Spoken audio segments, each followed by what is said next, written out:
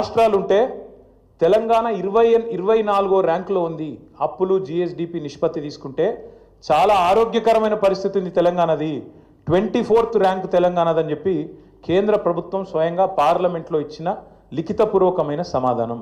మరి ఎవరు అబద్ధం చెప్తున్నారు, ఎవరు నిజం చెప్తున్నారు? దయచేసి ప్రజలు కూడా ఆలోచించాలని నేను కోరుతా ఉన్నాం.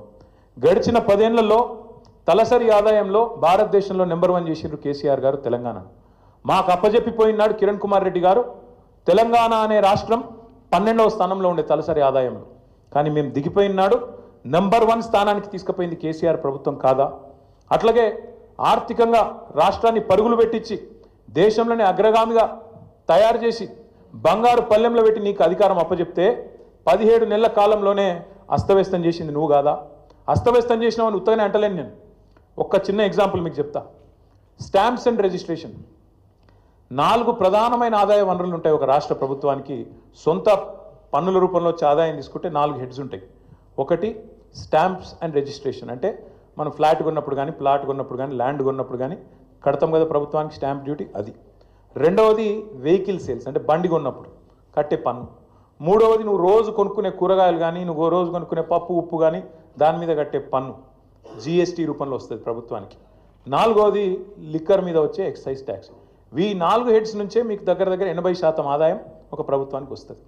రేవంత్ రెడ్డి ఎంత గొప్పోడంటే ఈయన వచ్చినాక స్టాంప్స్ రిజిస్ట్రేషన్స్ వీళ్ళు అంచనా వేసింది. మేము 2023-24లో కేసీఆర్ ప్రభుత్వం ఉన్నప్పుడు సంవత్సరానికి 14,295 కోట్ల ఆదాయం వచ్చేది. వీళ్ళ ప్రభుత్వం వచ్చినాక వీళ్ళు ఏం చేసిండ్రు? మేము చాలా పెద్ద పోటుగాలం, రియల్ ఎస్టేట్ అంటేనే రేవంత్ రెడ్డి అంటేనే రియల్ ఎస్టేట్ అని చెప్పి 2024-25 సంవత్సరానికి గాను ఒక 4,000 కోట్లు ఎక్కువ వేసుకున్నారు. అంచనా ఎంత వేసారంటే 18,000 కోట్ల పైచిలకు ఆదాయం వస్తుంది రాష్ట్రానికి అని లెక్కలేసిండ్రు. కానీ ఎంత వచ్చింది ఎవరికైనా? 14,000 కోట్లు మాత్రమే వచ్చింది. గత సంవత్సరం కంటే తగ్గింది. ఎందుకు తగ్గింది మరి? ఎందుకంటే మీ తప్పుడు నిర్ణయాలు, మీ తప్పుడు ఆలోచనలు. హైడ్రా పేరుతోని మీరు చేసిన అరాచకం, పేదవాళ్ళ గుడిసెలు గులగొట్టి, పేదవాళ్ళ కడుపుల మీద కొట్టి, లేఅవుట్లకు బీభత్సం చేసి, నువ్వు మీ అన్నదమ్ములు అడ్డమైన వసూళ్లు చేసి, ఎక్కడ చెరువులు ఉంటే ఎక్కడ బఫర్ అని, ఇక్కడ ఇదని అదని బిల్డర్లను బెదిరించి ముక్కు బిండి వసూళ్లు చేసి పేదవాడి కడుపు మీద కొట్టి ఆఖరికి రాష్ట్రంలో ఇవాళ రియల్ ఎస్టేట్ పూర్తిగా పడిపోయే పరిస్థితి వచ్చిందంటే దానికి కారణం నీ అరాచకపు నిర్ణయాలు కాదా? ఇది వాస్తవం కాదా? స్వయంగా ప్రధానమంత్రి వచ్చి అన్నాడు ఆర్ఆర్ ట్యాక్స్ వసూలైతుంది ఇక్కడ అని, రాహుల్ రేవంత్ ట్యాక్స్. ఇది వాస్తవం కాదా? ఇలా బిల్డర్ దగ్గర స్క్వేర్ ఫీట్కి 200 రూపాయలు వసూలు చేస్తున్నమాట వాస్తవం కాదా? మరి కాదంటే నువ్వు ప్రధానమంత్రి మీద కేసు పెట్టి ఆ మాట అన్నందుకు. ఎందుకంటున్నా అంటే ఇట్లాంటి పనికిమాలిన పనులు చేయబట్టి ఇలా స్టాంప్స్ అండ్ రిజిస్ట్రేషన్ తగ్గింది. జిఎస్టీ ఆదాయం కేసీఆర్ గారు ఉన్నప్పుడు 10 నుంచి 12% ఎన్నడూ తగ్గలే. 10 to 12% గ్రోత్ రేట్ ఎన్నడూ తగ్గలే. GST growth every year on year 10 to 12% పెరుగుతుండే. కానీ రేవంత్ రెడ్డి వచ్చిన తర్వాత ఒకటే సంవత్సరంలో 0% గ్రోత్ రేట్తో 28 రాష్ట్రాల్లో అట్టడుగున ఉన్నది ఇలా తెలంగాణ. ఇది వాస్తవం కాదా? నీ వల్ల ఈరోజు ఈ రాష్ట్రంలో క్రయ విక్రయాలు తగ్గినాయి, జిఎస్టీ పడిపోయింది. ఈ గణాంకాలు వాస్తవం కాదా? ఇది కాగ్ రిపోర్ట్లో వచ్చిన మాట వాస్తవం కాదా? నువ్వు స్వయంగా స్టేషన్ గన్పూర్ మీటింగ్లో చెప్పలేదా? 71,000 కోట్ల ఆదాయం తగ్గింది, రాబడి తగ్గింది రాష్ట్రానికి, నువ్వే చెప్పలేదా? అట్లాగే మీరే వెహికల్ సేల్స్లో కూడా నెగిటివ్ గ్రోత్ రేటు. ఒక లిక్కర్ మాత్రం పెరిగింది, మిగతా అన్ని తగ్గినాయి. వాస్తవం ఏంది? ఎందుకు జరుగుతున్నది ఇది? ఒక కుటుంబ పెద్ద నిజంగా మన ఇంట్లో సమస్య ఉంటే కూడా కడుపులో పెట్టుకుంటాడు, కాపాడుకుంటాడు, 4 గోడల మధ్యలో మాట్లాడుకుంటారు.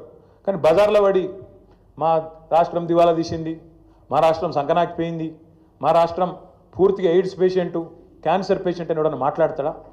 This is the intellectual bankruptcy of Congress party. That's why I said the state of Telangana is not bankrupt. The state of Telangana is not bankrupt. We are in a pink of health. It is the Congress that is intellectually bankrupt. It is Revanth Reddy who is morally bereft. అంతే తప్ప తెలంగాణకి ఏం కాలే. ఒక కుటుంబంలో సమస్య ఉన్నా బయట చెప్పుకోము, బయట పడం బజార్లో. కానీ రేవంత్ రెడ్డి గారు దివాలా తీసిందని ఆఖరికి అడ్డగోలు మాటలు మాట్లాడితే చివరికి ఏమైపోయింది? ఇవాళ ఆఖరికి లంచం ఇచ్చి 170 కోట్ల లంచం ఇచ్చి ప్రభుత్వ భూములు తాకట్టు పెట్టి బ్రోకర్లకు పైసలు తెచ్చుకునే దుస్థితి వచ్చింది ఇవాళ తెలంగాణ ప్రభుత్వం యొక్క నిర్వాకం వల్ల. నేను ఇంకా గమ్మత్తైన మాట, నేను ఇంట్లో ఉన్నా, ఇక నేను రెస్ట్లో ఉన్నా, నేను వీడియో చూసి పరిశాన్ అయినా, ఇట్లా కూడా మాట్లాడచ్చా అని. ఢిల్లీకి పోతే అపాయింట్మెంట్లు ఇస్తలేరు, చెప్పులు ఎత్తుకపోతారేమో అని చెప్పి కలుస్తలేరు అన్నాడు. అమ్మతోడు చెప్తున్నా ఈ మాట, నేను ఎవరు చెప్పులు ఎత్తుకపోతారట. అరే చెప్పులు ఎత్తుకపోయేటోళ్ళు వేరే పార్టీ వాళ్ళు ఉన్నారు ఇక్కడ, అది వాళ్ళ కథ వేరు. చెప్పులు ఎత్తుకపోయింది నాకు అర్థం కాదు. ఢిల్లీకి పోతే అపాయింట్మెంట్లు ఇస్తలేరు, ఎవరు ఇస్తలేరు, రాహుల్ గాంధీ ఇస్తలేడు, వరకు కరెక్టే. నీకు ఇయ్యరు కూడా, ఎట్లు ఇస్తారు నీకు తెలిసిపోయింది నీ కథ అంతా. ఇయ్యరు. ఈ కొత్తగా ఎవరైనా సుట్టపోడు కొత్తగా వస్తేనేమో మర్యాద ఇస్తారు ఎవరైనా సరే, 4 రోజులు ఉంటుంది మర్యాద. ఇక కానీ నువ్వు వచ్చేదేమో ఢిల్లీకి నీ పని మీద వస్తావు, మీ మూటలు మోసుకపోయేందుకు 40, 42, 43 సార్లు పోతుంది ఇప్పటికీ. అందులోనట ఈయన ఎకానమీ క్లాస్లో పోతుండట. బా ఫోటోలు మొత్తం బయట పెడతాం, ప్రైవేట్ ఫ్లైట్లు, బిజినెస్ క్లాసులు, మీ ట్రిప్పులు మొత్తం ఫోటోలు బయట పెడతాం, సోషల్ మీడియాలో ఇప్పటికీ తిరుగుతున్నాయి, మళ్ళీ పెడతాం. అరే గింత అన్యాయం మాటలు మాట్లాడతారు. 43 సార్లు ఢిల్లీకి పోతివి, 43 పైసలు లేకపోతివి, ఏముంటుంది ఇజ్జత్ నీకు ఢిల్లీ మార్కెట్లో? వీడు ఊకొత్తాడు పోతాడు, ఎందుకు ఇవ్వాలి వీనికి అపాయింట్మెంట్? ఇస్తలేరు, ఏం చేయాలి మరి? నువ్వు మూటలు మోసేందుకు వస్తున్నావు ఢిల్లీకి, రాహుల్ గాంధీకి మూటలు ఇస్తేందుకు వస్తున్నావు, మొదలు మర్యాద ఉంటుంది, ఇక ఆఖరికి దొంగలెక్కనే చూస్తారు. వాస్తవం ఏంది?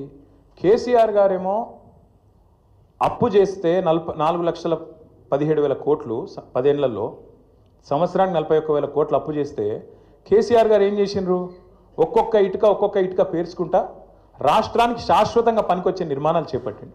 మరి మీరేం చేస్తున్నారు అంటే, ఒక్క ఇటుక పెట్టినవా ఎక్కడన్నా? ఒక ఇందిరా మిల్లు కట్టినవా? ఒక కాలువ కట్టినవా? ఒక ప్రాజెక్టు కట్టినవా? హైదరాబాద్లో ఒక కొత్త బిల్డింగ్ కట్టినవా? ఏవిలో ప్రజలకు పనికొచ్చి ఒక పని చేసినావా? చేయలే. మరి నేను ఇంకొక మాట అడుగుతున్నా, ప్రజలన్నీ గమనిస్తున్నారు. రాష్ట్రమేమో దివాలా తీసిందంటావు, రాష్ట్రం దివాలా తీసిందని దివానా మాటలు మాట్లాడతావు. మరి మీ కుటుంబం ఆస్తులు ఎట్లా పెరుగుతున్నాయి? అనుముల రేవంత్ రెడ్డి గారి కుటుంబం ఆస్తులు ఎట్లా పెరుగుతున్నాయి? నువ్వు అదన్నా చెప్పు సీక్రెట్ మాకు. మీరు ముఖ్యమంత్రి కాగానే మీ అనుముల ఫార్ములా సీక్రెట్ సాస్ ఏదైతుందో అదేదో మా ప్రభుత్వానికి మొత్తం ప్రజలకు కూడా చెప్తే మంచిది కదా. ముఖ్యమంత్రి అయిన 6 నెలల లోపలనే మీ అన్న అనుముల జగదీశ్వర్ రెడ్డి గారు 1000 కోట్ల పెట్టుబడి పెడతా అని మీతో ఒప్పందం కుదుర్చుకుంటాడు. స్వచ్ఛ బయో అనే కంపెనీ వస్తుంది, 1000 కోట్ల పెట్టుబడి పెడతా అని ఆయన కట్టుకొస్తాడు. మీ అల్లుడు వెంకట నరసింహారెడ్డి అనుకుంటే ఆయన పేరు, ఇంకేదో ఉన్నది పేరు, ఆయన కొన్ని వేల కోట్లతోని ఫార్మా కంపెనీ పెడతా అని చెప్పి లగచర్లకు వస్తాడు. దానికోసం నువ్వు మళ్ళీ అక్కడ మీ కొడంగల్లో రైతుల భూములు గుంజుకుంటావు. ఎక్కడికి వెళ్ళి వచ్చినాయి వేల కోట్లు మీ అన్నకు, మీ అల్లుడికి? మీ అల్లుడు వారి తండ్రి మీ వియ్యంకుడు మొన్ననే కదా, ఎక్కువ రోజులు కూడా కాలే, మీ వియ్యంకుడు మొత్తంగా అప్పుల్లో ఉండే కంపెనీ మొత్తం అప్పు రైట్ ఆఫ్ అయిపోయింది. మీరు అధికారంలోకి రాగానే మీ వియ్యంకుడి కంపెనీ యొక్క అప్పులన్నీ రైట్ ఆఫ్ అయిపోయినాయి కేంద్ర ప్రభుత్వం దయతోని. మీ జూబ్లీ హిల్స్ ప్యాలెస్ ఏదైతే ఉన్నది, ఇలా రేవంత్ రెడ్డి గారు ఎక్కడి నుంచి అయితే వర్క్ ఫ్రమ్ హోమ్ చేస్తున్నాడో 3 ఇంతలు పెరిగింది, పెద్దమ్మ గుడి దాకా వచ్చిందట, కొద్దిగా తీగలకు వస్తుందేమో. 2000 ఎకరాలు కొన్నాడు 4th సిటీ దగ్గర, మొత్తం వెల్దండ నుంచి మొదలు పెడితే 4th సిటీ దాకా 2000 ఎకరాలు వీళ్ళ బినామీలు